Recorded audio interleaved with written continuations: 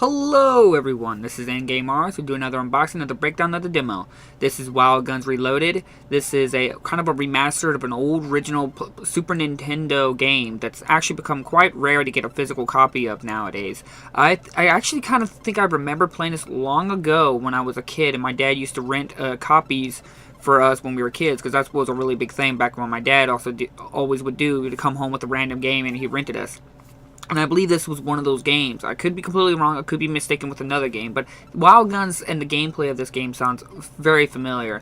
Now, the game is just a pretty much straightforward, simple Super Nintendo game. It's really just is. There's not really much of a functions and features or added on content. It's just made for just next generation consoles. And it plays great and feels great. I'm currently right here playing with my brother because I figured it would be best to show this game with 2 players. Now, this game is more focused with multiple players. Now, you can play single player by itself, and it's a fun game by itself, don't get me wrong. And it's got some of its benefits of playing by yourself. It's just, you can tell when you play this game, it's better suited to play with multiple people. Now, I can get very hectic with just 2 people, but I could not imagine playing with 4 people on the screen, because wow. But all in all, the game is just relatively a simple, straightforward Super Nintendo main action-packed arcade shooter. I'm just surprised again. It is something, again, it looked like it worked pretty good with the PlayStation Move shooting function, as well as still keeping it really interesting. Now, me and my brother were really getting really into this. We were having a lot of fun. And it, like I said, it's just your typical old-fashioned Super Nintendo game. Now, there's 4 characters in the game. Each character has their own benefits and specialties and abilities and stuff like that. Not overly exaggerated specialties, but uniqueness to different from each other. Now, usually the main female here and the main character here, the male and female, are pretty much close to the same. It's the 2 other characters, the dog and the bigger girl.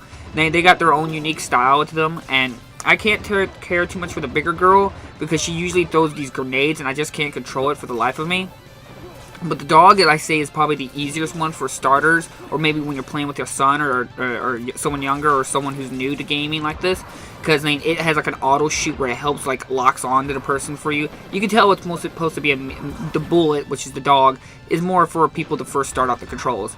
Now, the hardest part that people might have a problem with this game is that there's only one really joystick movement. The joystick moves your character as well as your cursor, and that is your left joystick.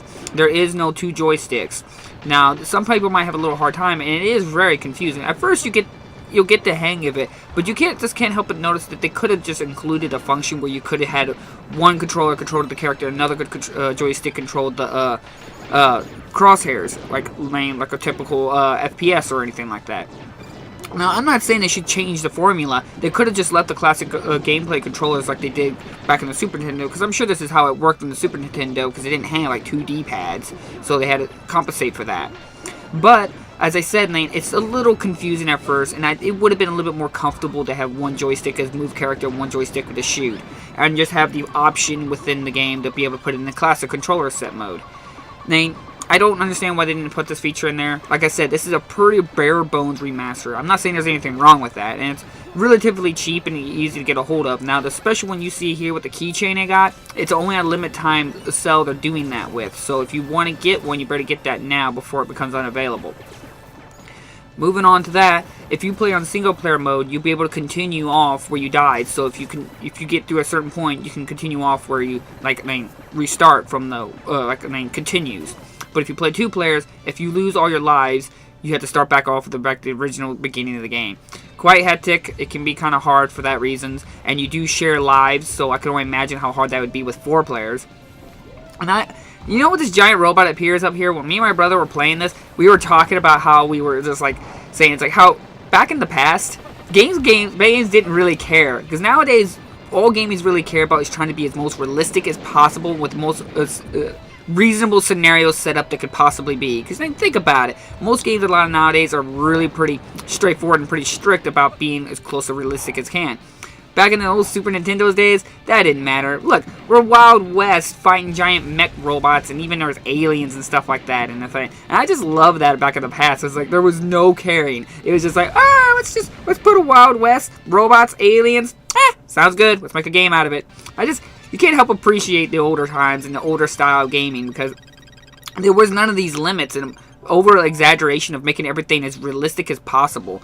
It's just about making a fun game. Now this is probably one of the best parts about the game, is the fact that you can select stages with your friend and pick a different route and direction you can go with, almost like a Mega Man style, if you will. And I thought that was kind of cool, now you'll be able to do that. And like I said, it's generally a really fun game. Me and my brother were really having fun playing this. I'm glad he helped me get the recording because I wanted to show you guys the multiplayer. And I do recommend, if you can, try to play with local multiplayer like this. It's a lot of fun. Now, there is no online multiplayer or anything like that. It's strictly offline multiplayer, which is perfectly fine in my book. Now, we don't get enough of those nowadays where you can have offline multiplayer like this. So, the game has 4 ports, 4-player controllers, and 4 people can just get together and have some fun with it. All in all, I don't regret this purchase at all, and I hope to play it more often with somebody or something like that. Now, I can't say I play too much by myself because it's just not as fun, but if you can play with another person or multiple people, it's well worth it. So, like always, I will leave links down in the description if you're interested in a copy.